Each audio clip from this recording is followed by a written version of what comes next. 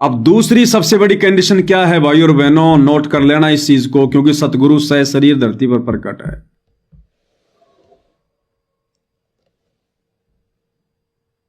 यदि हम आत्माओं को साक्षात धरती पर प्रकट पूर्ण ब्रह्म परमात्मा कबीर देव सतगुरु रामपाल जी भगवान के चरण कमल धोकर अपने हाथों से अगर वो चरणा अमृत पीने का सौभाग्य नहीं मिला तो भाई और बहनों हम सतलोक नहीं जा सकते। ये भी एक निशानी है।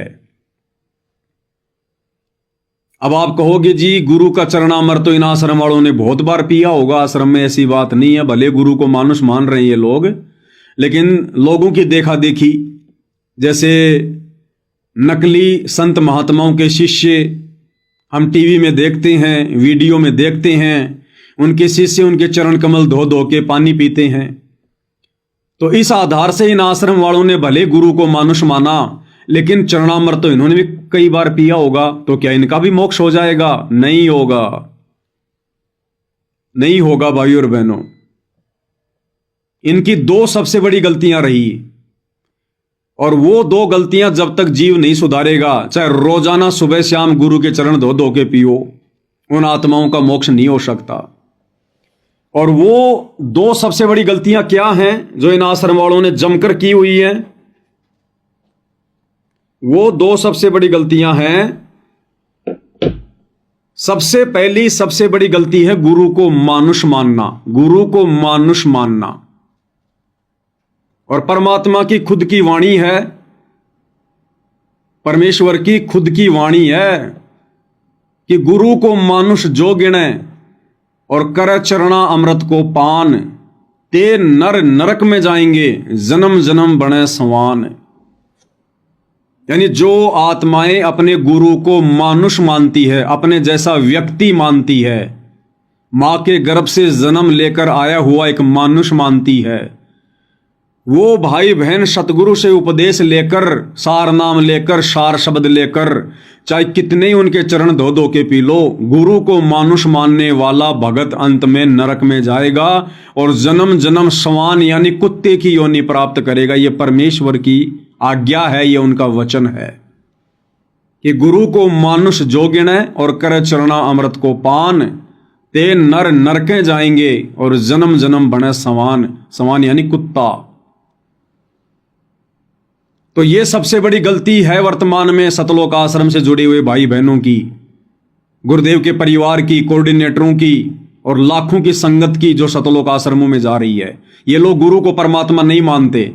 अगर ये गुरु को परमात्मा मानते तो फिर वो नकली दाढ़ी मूंछ वाली कबीर जी की समझे जाने वाली मुर्दा नकली बेजुबान फोटो, फिर ये कभी भी जून के महीने में उस फोटो को परमात्मा मानकर उसका प्रकट दिवस ना मनाते, उस फोटो को कभी भी अपने घर पर अपने दरबार में ना रखते, कभी भी उस फोटो के आगे दंडवत ना करते, ज्योत ना जलाते, अपने गले में लॉकेट में डालकर ना घूमते। अगर ये सतगुरु रामपाल जी को ही कबीर मान चुके होते तो, क्योंकि कबीर फिर दो नहीं है, कबीर तो एक ही है, एक ही था और एक ही रहेगा। तो सबसे बड़ी गलती तो इनकी ये, गुरु को मानुष मानने वाली। तो गुरु को मानुष मानने वाली आत्माएं चाहे दिन में 10 बार उनके चरण धो धो के पियो, वो आत्मा अंत में नरक में जाएगी और कुत्ते की योनि प्राप्त करेगी। ये परमेश्वर का वचन है। और दूसरी कमजोरी, मर्यादा तोड़कर भक्ति करना। तो मर्यादा तोड़ने में तो हम लोग देख रहे हैं कि ये सतलोक आश्रम वाले उस्ताद हैं, उस्ताद। बाकी दुनिया इनके थल्ले थल्ले है मर्यादा तोड़ने में। इतनी गलतियां तो नकली संतों के नकली भगत भी नहीं करते। जितने कुकर्म, जितनी गलतियां ये सतलोक आश्रम से जुड़े हुए मुख्य मुख्य भगत खुद भी कर चुके हैं और संगत से भी करवा चुके हैं। तो भाई और बहनों, इसलिए दास कह रहा है कि अब ये मौका केवल सत्सेवक भाई बहनों के पास है, क्योंकि सतगुरु समदृष्टि है। सतगुरु ये नहीं देखता कि कौन भगत दूर बैठा है, कौन भगत मेरे नजदीक है, कौन भगत अमीर है, कौन भगत गरीब है, कौन मेरे परिवार में है, कौन जापान से है, कौन महाराष्ट्र से है, कौन गोरा है, कौन काला है। सतगुरु ये चीजें नहीं देखता। सतगुरु समदृष्टि है। सतगुरु आत्मा की भक्ति देखता है, सतगुरु मर्यादा देखता है, सतगुरु भगत के भाव देखता है। साधु भूखा भाव का, धन का भूखा नहीं। और यदि आत्मा में वो क्वालिटी उत्पन्न हो गई, जैसी श्रद्धा, जैसे भाव, जैसा समर्पण, जैसी लगन और जितनी मर्यादा चाहिए, अगर सतगुरु देख लेगा तो सतगुरु 7 समुद्र पार बैठी उस आत्मा को किसी न किसी बहाने अपने चरणों में बुला लेगा और अपने चरण धोकर चरणामृत देने की दया करेगा।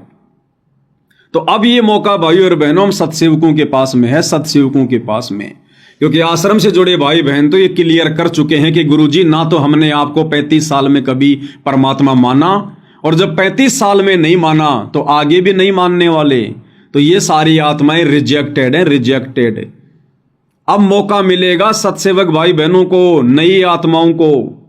इसलिए दास भाई और बहनों ये शब्द कह रहा है क्योंकि सतगुरु साक्षात धरती पर प्रकट है, साक्षात। और यदि हमें साक्षात उनके चरण कमल धोकर चरणामृत पीने का मौका नहीं मिला, सतगुरु ने नहीं दिया, तो समझ लेना भाई और बहनों फिर उन सत्सेवक भाई बहनों का भी मोक्ष नहीं है। ये विधान, ये नियम संसार की सभी आत्माओं पर लागू है जो जो सतगुरु की शरण में आ जाती हैं। तो भाई और बहनों, अब हमने इस बात को सुनकर चिंतित नहीं होना, हमने भय पैदा नहीं करना। हम आत्माओं ने पहले से और कहीं ज्यादा भक्ति करनी है और कहीं ज्यादा सावधानियां रखनी है कि हे परमात्मा, बिल्कुल बात तो सत्य है। अरे सतगुरु धरती पर साक्षात प्रकट, और यदि उनके साक्षात चरण कमल धोकर चरणामृत पीने का भी मौका नहीं मिला एक बार भी, तो फिर मैं काहे का भगत। सतगुरु तो अपने भक्तों को गले से लगाता है। अरे त्रेता युग में शबरी की निष्ठा को देखकर, शबरी के समर्पण को देखकर, शबरी के भक्ति भाव को देखकर इस कबीर भगवान सतगुरु रामपाल जी ने उस जंगल में, बियाबान में, उजाड़ में और श्री रामचंद्र जी का रूप बनाकर जाना पड़ा। शबरी ने धो धो के चरणामृत पिया, चरण धो धो के चरणामृत पिया। और भगवान ने, गुरुदेव ने शबरी के झूठे बेर भी खाए, झूठे बेर भी। तो भाई और बहनों, वर्तमान में तो परमात्मा फुल फॉर्म में है, अपने ओरिजिनल रूप में है, और ये कलयुग की बिचली पीढ़ी है, मोक्ष का प्राइम टाइम है।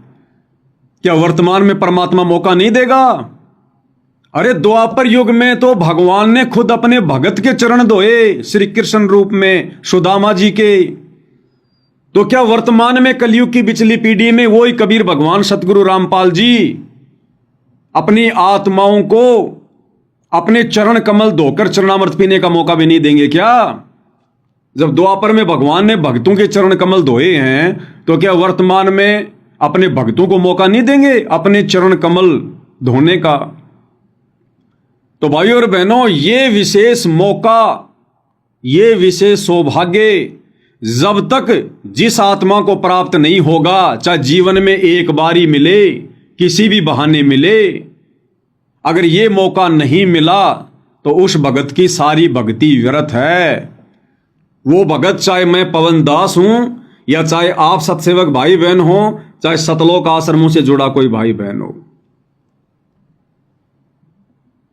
तो हमने ये फायदा उठाने के लिए, ये सुअवसर प्राप्त करने के लिए, साक्षात सतगुरु के चरण कमल धोकर वो चरणामृत पीने के लिए भाई और बहनों, अब हमने जी जान लगा देनी है, क्योंकि वो मौका उसी आत्मा को मिलेगा जिस आत्मा पर सतगुरु हद से ज्यादा प्रसन्न होगा। सतगुरु जिस आत्मा पर हद से ज्यादा प्रसन्न होगा, और हद से ज्यादा प्रसन्न सतगुरु उन्हीं आत्माओं पर होगा जो आत्माएं हद से ज्यादा भक्ति करके मर्यादाओं में रहकर सतगुरु को प्रसन्न करने का मौका देंगी। भाई घर छूटो, चाहे जग रूठो, चाहे रूठो ये संसारा हो, कौन सुनेगा मेरी काल लोक में जो गुरु रूठ गया मारा हो। और कहते हैं भगत के वश में है भगवान, भगत के वश में है भगवान। तो अब ये हम भगत भाई बहनों के ऊपर है, और हम सत्सेवक भाई बहन उस मौके का भरपूर फायदा उठाने के लिए बिल्कुल हम किनारे पर खड़े हैं, किनारे पर खड़े हैं, किनारे पर, क्योंकि हम गुरु को मानुष नहीं मानते, हम गुरु को साक्षात परमेश्वर मानते हैं, परमात्मा मानते हैं, सारी सृष्टि का मालिक मानते हैं। हमने वो दाढ़ी मूछ वाली कबीर की नकली फोटो फाड़ फेंकी, अपने दिलो दिमाग से, अपने घर से, अपने घट से, अपने दरबार से दूर हटा दी। एकमात्र हम अपने गुरु को ही परमात्मा मानकर दंडोत करते हैं, एकमात्र उन्हीं की प्रतिमा रखते हैं, एकमात्र उन्हीं के आगे दंडोत करके जयकारा लगाते हैं। भक्ति विधान अनुसार गीता अध्याय 3 श्लोक 13 अनुसार गुरु को ही पूर्ण ब्रह्म परमात्मा मान के भोग लगा रहे हैं, गुरु की ही आरती उतार रहे हैं, जो आरती आत्माएं सतयुग से उतारती आ रही हैं, लेकिन भगवान की पहचान नहीं थी। पत्थरों को भगवान मानकर, राम कृष्ण को भगवान मानकर, ब्रह्मा विष्णु महेश को भगवान मानकर लोग उनकी आरतियां उतारते रहे, घी बर्बाद करते रहे। आज वो साक्षात मौका हम सतसेवक भाई बहनों को मिला है, पूर्ण ब्रह्म परमेश्वर कबीर देव सतगुरु रामपाल जी की आरती उतारने का। तो भाई और बहनों, अब केवल हम एक ही मौके से दूर हैं, केवल एक ही मौके से दूर, और वो है साक्षात सतगुरु के चरण कमल धोकर पीने का फायदा, वो आनंद। तो भाई और बहनों, जिन जिन आत्माओं को ये मौका नहीं मिलेगा, वो आत्माएं दिलो दिमाग से निकाल देना कि मेरा मोक्ष होगा। और इसके लिए भाई और बहनों, मैंने सतगुरु को प्रसन्न करना पड़ेगा हद से ज्यादा। और यदि सतगुरु प्रसन्न हो गया, अपनी मेहर बख्श दी, तो कहते हैं सो छल छिद्र मैं करूं अपने जन के काज। परमात्मा ना जाने क्या यत्न करके, क्या सो छल छिद्र करके आपके घर पे आ बैठेगा समर्थ, किसी भी बहाने आपको अपने पास बुला लेगा। ये समर्थ है। परमात्मा ने सतलोक को जितना आसान बताया है ना, उतना आसान है नहीं। टीचर का काम होता है विद्यार्थी का मनोबल बढ़ाना, उसको हिम्मत देना। कमजोर से कमजोर विद्यार्थी को भी टीचर कभी नहीं कहेगा बेटा तू फेल हो जाएगा, उसको भी टीचर हिम्मत देगा कि बेटा पढ़, जरूर पास होगा, क्यों नहीं होगा, तू इतना कमजोर थोड़ी है। लेकिन अंदर से टीचर को पता होता है बच्चे की क्या औकात है। तो भाई और बहनों, हमने इस भक्ति विधान को अच्छे से जानकर, पहचान कर, समझ कर, हमने इस मौके को प्राप्त करना है, साक्षात चरण कमल धोकर चरणामृत पीने का। और ये मौका अब आप और हम सतसेवक भाई बहनों को मिलेगा भी। ये उन सतसेवक भाई बहनों को जो जी जान लगा देंगे अब आने वाले 2 से 3 वर्षों में मर्यादाओं को लेकर, भक्ति सुरक्षित रखने को लेकर। क्योंकि आने वाला 3 वर्ष 2026, 2027, 2028 सर्वविदित है, ज्ञान गंगा में लिखा हुआ है, नास्त्रदमस की भविष्यवाणी में मराठी भाषा में, कि ये युग परिवर्तन का दौर है, युग परिवर्तन का। और इस समय संसार में बड़ी बड़ी घटनाएं घटित होंगी, बड़ी बड़ी घटनाएं। और हम भाई बहनों ने इस समय सतगुरु के एक भी वचन को, क्योंकि सतगुरु का साधारण सा आदेश भी बहुत बड़ी महत्वता रखता है, साधारण सा आदेश भी हमने फॉलो करना पड़ेगा, बिल्कुल हल्के में ना लें। ये नादान संगत वाले सतलोक आश्रमों से जुड़े हुए भाई बहन, जिन्होंने काल की भांग ज्यादा पी रखी है, काल सर्प की तरह कुंडली माल के इनके सर पर बैठा है, ये भले दिन में 50 गलतियां करें, कितनी नादानियां करें, हमने इनके तरफ झांकना भी नहीं है, देखना भी नहीं है।